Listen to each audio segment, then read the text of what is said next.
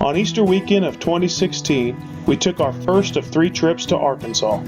When choosing the state to buy our property in, we based our decisions on price per acre, homeschool laws, gun laws, and having a distinction between the seasons. This narrowed down the states to choose from.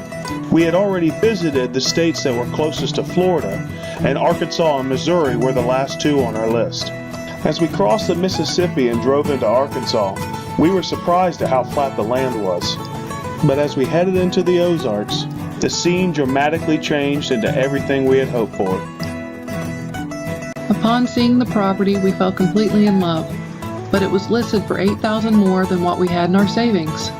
We talked and we prayed, and we decided to ask the real estate agent if it was worth putting in a low offer. Being such a small community, he called the owner on his cell phone, and a few minutes later, we received a phone call saying that the landowner loved our story and would accept our offer. After we knew the land was ours, we took as many pictures as possible so that we could remember it. We thought we wouldn't be back again until we were moving there. We weren't really sure how long that would be. When September of that year came around, we were dying to see it again, so we decided to take a camping trip 1,000 miles away. To our surprise, when we pulled up, the pastures had grown up so tall that we couldn't even pull in. A 40-minute trip to Lowe's for a weed whacker, and my husband was able to clear just a big enough area for us to pull in and camp. Even though we weren't able to explore the property, we were overjoyed just to be there again.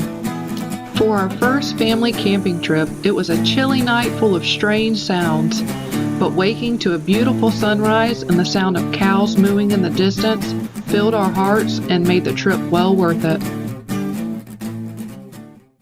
Hey, where we want to go to our cabin? Want to go to our mountain? Kara, where do you want to go?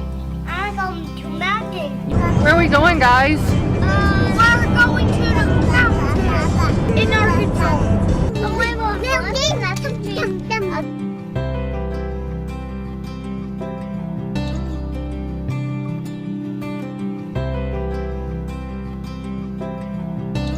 Alright guys, we're going across a pretty bridge. Get ready. Wow.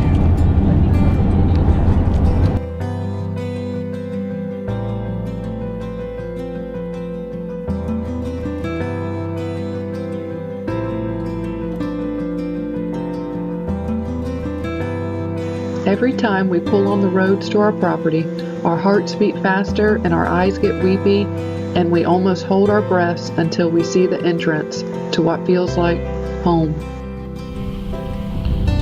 Alright, so we just got to our property and we're looking around trying to figure out what's going to be the best spot to put the house.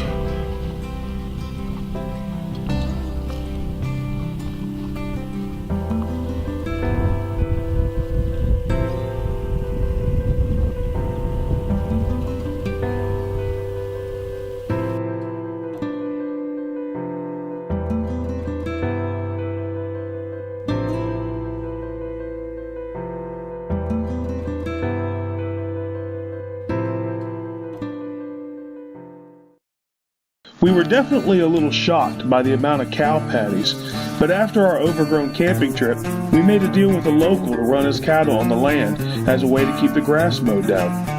We had to watch for some serious bombs every few feet, but thankfully they were grass-fed and there was no smell. On this trip, we made arrangements to have gravel poured for the foundation of our cabin. We also met with a well driller and picked a site near the cabin where our hand pump will hopefully go. Having a well dug can be a scary thing. There's always a slight chance you can spend thousands of dollars and get nothing. While the gravel was being smoothed, we walked the perimeter of our land with the kids, and an hour later, we were all exhausted. Our property is nothing like the flatlands of Florida that we're used to, but we're looking forward to the workout. This is an aerial view. Everything below the road is ours, close to 30 acres.